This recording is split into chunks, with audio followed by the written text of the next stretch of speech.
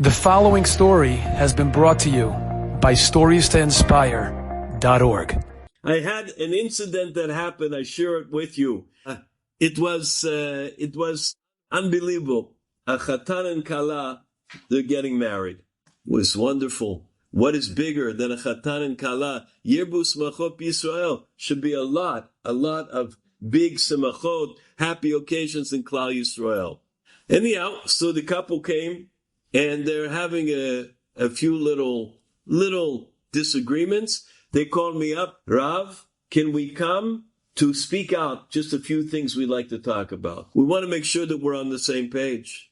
I said, it would be my greatest zechut, please. I didn't know the couple. They came in and they sat down. They had one or two things they wanted to discuss about moving ahead, how the house should be, what should be at the wedding, a couple of things, and I was able to talk with them. They stayed about 2 hours. Everything was fine. Okay. And they said, would you come to our wedding? I said, my greatest zechut. They ask you to wedding, when do you say no? It's okay. I try it, right? So they tell me when it's going to be. And I said, Bezrat Hashem, everything should work out. I will come. Okay. Maaseh Shaya. Little bit down the road, I was not their rabbi. I had nothing to do with them. They came over just to speak out this thing. A little bit down the road, I happened to go to a Beit Midrash. A Beit Midrash that is found in I tell you, if you know Flatbush Avenue P and Ocean Parkway, it's one of the main centers. I go into Avenue P, and all of a sudden, there's a guy that walks over to me and says, you, Rav Goldwasser? I said, yes. He said, did you see this couple? And he told me the name, the Chatan and Kala. I said, yes. So he says, well, then you must know. I said, no. He said, you don't know. I said, no, what is it? Oh, they broke up. They're not getting married. I said, they're not getting married? What happened? What? How could it be? It was such a good couple. They were so good together. How could they break up? I don't know, Rabbi, but it's interesting because it just happened this morning. In fact, when I saw you come in, I thought maybe you came in about it. I said, no. Happened to be, don't tell anybody. I woke up a little bit late. I needed a minyan, so I went to that shul. But, don't tell anybody. Anyhow, so I come in, and he told me that. So I said, do you have the telephone number? Do you have the number of the Chatan or the Kala? He said, wait here, I'll get it for you. I wait into the lobby. Bnei Yosef is the name of the shul. I wait in the lobby. Wonderful, wonderful people there. About 3 minutes later, he comes back.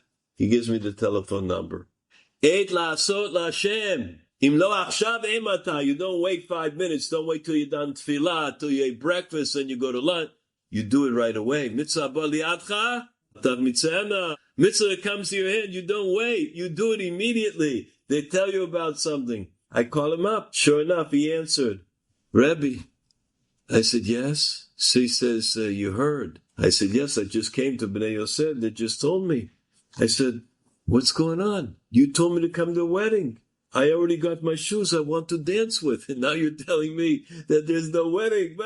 What's going on? He said, Rabbi, it's bitter. I don't want to tell you. I don't want to say. I don't want to be the one to say. I said, it doesn't matter what happened. Could I help? I would doubt it. I said, you came to me once. Why you didn't come to me a second time? You came to me to make the wedding. Why didn't you come to me to break the wedding? We didn't think of it. Maybe it wouldn't have been so bad, but there's absolutely nothing you can do. There's nothing you can do. What do we learn? Afilu cherev munachat al. You're lucky. A person should never, ever give up no matter what happens. Don't get nervous no matter what it is. No matter how a person thinks it's gone, it's lost, I'll never get it back. It's finished, she's gone, he's gone. There's no parnasah, there's no shalom bayit. Chas v'shalom. Zek kfirah.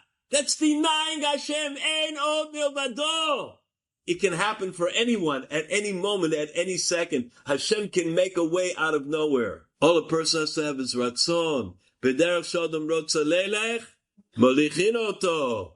The way that a person wants to go, they will be led if they want to. I told the Chatan, immediately after the tefillah, I'll meet him back in my house. He said, okay. He comes in. He says, very bitter. I said, what happened? He said, I tell you the truth. There is somebody in my family that is not 100% honest. To say it nicely, not 100% honest. It happens to be one of her uncles did not know that this guy's in my family. As soon as he heard that this person who's not honest, and they had a little problem in business, maybe a little bit of big problem in business, immediately he began to say different things about our family. He began to talk about me. He doesn't know me from anywhere. And little by little, he got the heir of the father, and they called it off. If this is where the family roots are, we do not want to have anything to do with the family. Ad kedei kach, that instead of them telling me it was off, they sent a messenger to the house with the ring, with the bracelet, with everything that I gave. They sent a shliach to the house and said, I wouldn't say the word they said, take your garbage, we don't want it. That's how I was informed that there's no more wedding going on. I said to him, would you let me talk to the father? Rabbi, I have too much kavod for you. Wasting your time. You're wasting your time. There is no way that they will let you talk to them. There is no way on earth that you'll be able to get this thing back. I said, look, how long were you going out for? How long did it take to get it, right? You're telling me it just was finished now? Give me a chance. Let me put a little bit into it. Okay. Can you give me the telephone number? I don't know it. Can you give me the telephone number of the Kala? That I know. I call up the Kala and I speak with her. I see the Kala is upset, but it's not, forget about it. I said to the Kala, I have a matter of business I would like to talk to your father. Could I talk to him? Yes. Now we're getting places. I sat down with the father in his house, and I said to him, it is impossible for this wedding to be canceled. He said to me, B'mechilat kvodcha, I ask you, mechila, I ask you forgiveness. There's no way that this wedding can go on. I said to him, this is a she'ela, to take a couple apart. After the Beit Din Shel Ma'ala already called it Bat Ploni Leploni, that she should marry him, how can you go and say the Bat Kol was not right? The Hashkacha brought them together. What do we think? Hashem just does things and it's happenstance. It's like Mikra. This happened. There was an accident. He met her. She met him. Ein Mikra ba'alma. There is no such a thing like that. I said, you have to give it a chance. If somebody has a tana, so let me try and make shalom between them, between the uncle, between whoever it is. But Chalila, leave the couple alone. Let them go on to Simachot. Everyone has in their family somebody who they want to hide in the closet. There's at least one in everything. Ein bayit asher ein sham mishugar. Anyone has that.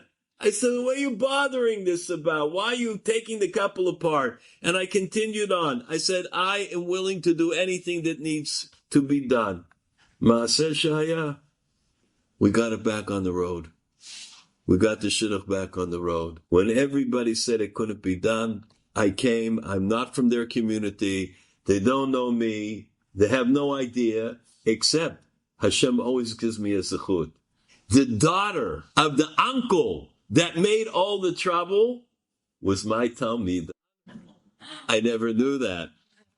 As soon as the uncle heard, oh no, Rabbi Goldwasser, that was seminar. Oh no, she like him. Oh yeah, he's good. That helped. You can never tell. Why is it that they came to me? I'm Bichlal, not in their community. I had no connection to them, to their family. Why? Me Hashem yatsa davar. Hashem made this go. So it should be something that would continue. Enjoyed this story? Come again. Bring a friend. StoriesToInspire.org